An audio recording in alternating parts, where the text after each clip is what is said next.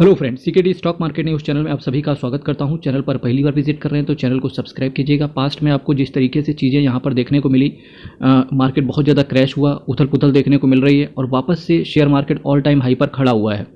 अगर आप अपने म्यूचुअल फंड के पोर्टफोलियो को देखेंगे या फिर शेयर्स के पोर्टफोलियो को देखेंगे तो हो सकता है कि वो अभी निगेटिव चल रहा हो, पर वहीं अगर आप large and mid cap category के म्यूचुअल फंड्स को देखेंगे तो वहाँ पर आपको एक पता चलेगा कि वो as compare to small cap ज़्यादा नहीं गिरे।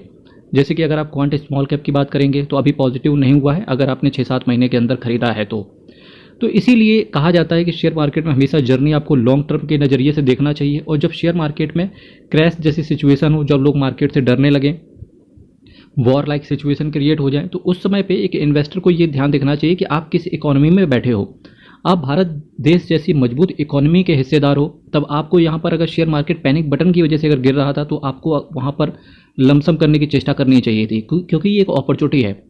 मेरा मानना है ये दशक भारत देश के लिए होने वाला है और हम डेफिनेटली दुनिया में सब नंबर 1 की इकोनॉमी आगे चल के बनेंगे। इसके लिए हमें सिर्फ क्या करना है, अपनी कंट्री के ऊपर और जो हमारे संस्कार हैं उस पर हमको बिलीव करके चलना है। आपको भी यही देखना है। और आज मैं आपको बताने वाला हूँ कि कौन से ऐसे म्यूचुअल फंड हैं जो इस गिरावट के साथ गिरे तो थे हल्के फुल्के, पर वापस से पॉजिटिव होके वापस आ गए हैं। रिस्क की बात करेंगे तो हर म्यूचुअल फंड में रिस्क आपका वेरिया ही रहता है, तो ये चीज़ तो आप मान के ही चलें। पराग पारिक फ्लेक्सी कैप फंड, जी हाँ, फ्लेक्सी कैप कैटेगरी के अगर म्यूचुअल फंड्स की आप बात करके चल रहे हैं तो पराग पारिक को पीछे आप नहीं छोड़ सकते। Flexi cap category small cap, mid cap और लार्ज कैप का एक कॉम्बिनेशन होता है, जहाँ पर सबसे ज़्यादा जो कंसंट्रेशन होता है पोर्टफोलियो का वो फंड मैनेजर लार्ज कैप की तरफ अपना शिफ्ट करके चलता है। इसके लिए फ़ायदा क्या होता है, जो लोग रिस्क टेकर नहीं होते हैं उनके लिए इस तरीके के फंड ज़्यादा सही रहते हैं। 98,541 करोड़ का इसका असेट साइज है। बहुत सारे ऐसे म्यूचुअल फंड हैं जिनका असेट अंडर मैनेजमेंट टोटल अगर देखेंगे एएमसी का 1 लाख करोड़ को अभी तक पार नहीं हो पाया है, पर वहीं केवल इस फंड ने 98,000 करोड़ को पार कर दिया है। ये इस फंड की मजबूती दिखाता है। वहीं अगर इस म्यूचुअल फंड के हम नेट एसेट वैल्यू की बात करेंगे तो 90 रुपये का है और 1 साल का आप रिटर्न देखेंगे तो 16% का है। 3 महीने में बात करेंगे तो 5% का रिटर्न है और 1 महीने में इसने 5.92% का रिटर्न दिया है। 3 साल में देखिए 23% का, 5 साल में 29% का, जबकि मैक्सिमम देख रहे हैं तो 20% का CAGR इन्होंने डिलीवर करके दिया है। तो आप ये चेष्टा कर रहे होंगे कि भाई फ्लेक्सी कैप कैटेगरी का तो म्यूचुअल फंड कुछ खास गिरा नहीं, ना 1 महीने में, ना 3 महीने में, ना 6 महीने में, तो क्यों ना पूरा पैसा फ्लेक्सी कैप की तरफ शिफ्ट कर दें। जी हाँ, यहाँ पर आपका रिस्क तो कम हो जाता है, साथ ही साथ आपका कहीं ना कहीं रिटर्न भी कम होता है, क्योंकि स्मॉल कैप कैटेगरी का रिटर्न 22 से 25% के ऊपर निकलता है, वहीं 20% के आसपास का रिटर्न या 16 से 17% के आसपास का रिटर्न लॉन्ग टर्म में अगर बात करेंगे तो फ्लेक्सी कैप कैटेगरी के अंदर रहता है। इसी तरीके के कुछ और फ्लेक्सी कैप कैटेगरी के म्यूचुअल फंड की बात करें तो जैसे JM फ्लेक्सी कैप फंड है, इन्वेस्को इंडिया का फोकस्ड फंड है और HDFC का फोकस्ड 30 फंड है। इन्होंने भी फ्लेक्सी कैप कैटेगरी में झंडा गाड़ा हुआ है।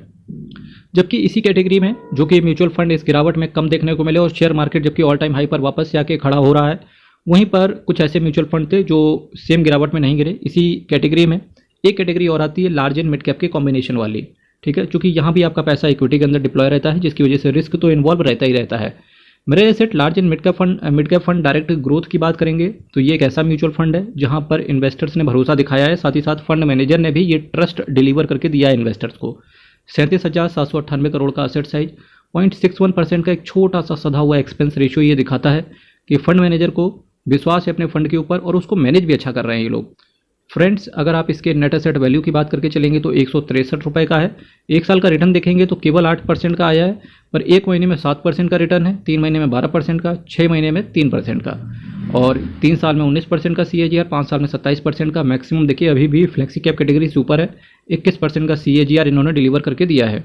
अब अगर large and mid cap category में अगर कुछ ऑल्टरनेट म्यूचुअल फंड्स की बात करें तो देखिए मोतीलाल ओसवाल का large and mid cap fund भी एक ऐसा फंड है जो बेहतरीन परफॉर्मेंस दे रहा है। वहीं पर अगर आप निप्पॉन इंडिया के large and mid cap fund की बात करेंगे तो उसने कुछ खास रिटर्न डिलीवर करके नहीं दिया है। इन्वेस्को इंडिया का लार्ज एंड मिड कैप ने भी बेहतरीन परफॉर्मेंस दी है। बंधन कोर इक्विटी फंड ये भी large and mid cap category के अंतर्गत आता है, तो इसने भी बेहतरीन परफॉर्मेंस मार्केट के अंदर डिलीवर करके दी है। बाकी मेरे मित्र चैनल को सब्सक्राइब कीजिएगा। जो करंट में ऑल इन ऑल समरी यही है कि जबकि ये शेयर मार्केट गिरा तो वहाँ पर करंट में जब से ये उथल पुथल देखने को मिल रही है, चाहे वो 2025 की हो चाहे वो 2024 की हो, यहाँ पर large and mid cap category के म्यूचुअल फंड्स ने बेहतरीन परफॉर्मेंस दी है as compare to small cap.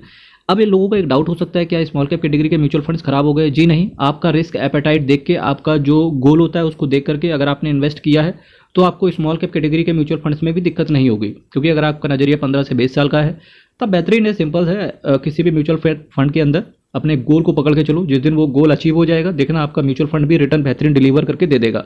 क्योंकि जब रिटर्न आ जाएगा तो सिंपल है, आपका जो भी गोल रहा हो, प्रॉपर्टी है या बच्चे की पढ़ाई है या फिर एजुकेशन है, वो सारी चीज़ें आपको मिल ही जाती हैं, क्योंकि मनी बाइज एवरीथिंग। ठीक है, तो इस तरीके से म्यूचुअल फंड को बहुत अच्छे से मैनेज करके चलो। इंपॉर्टेंट है कि आपको देश के ऊपर भरोसा होना चाहिए, और भारत देश का जो ये दशक है ये भारत देश के लिए ही होने वाला है, तो डरना नहीं है बिल्कुल। यहाँ भी छोटी मोटी जो गिरावट आपको देखने को मिले ये एक अपॉर्चुनिटी के तौर पे बनाओ। जबकि होता क्या है, जब शेयर मार्केट गिरता है, शेयर मार्केट में मंदी जैसी सिचुएशन क्रिएट हो जाती है, तो डेफिनेटली सबको डर लगता है। करंट में अगर आप बॉम्बे स्टॉक एक्सचेंज BSE जैसे शेयर्स की बात करेंगे तो बहुत ज़्यादा सुन रहे होंगे कि किसी ने 5 साल पहले अगर 1 लाख रुपए डाला होता तो आज की डेट पे 50 लाख रुपए हो जाता।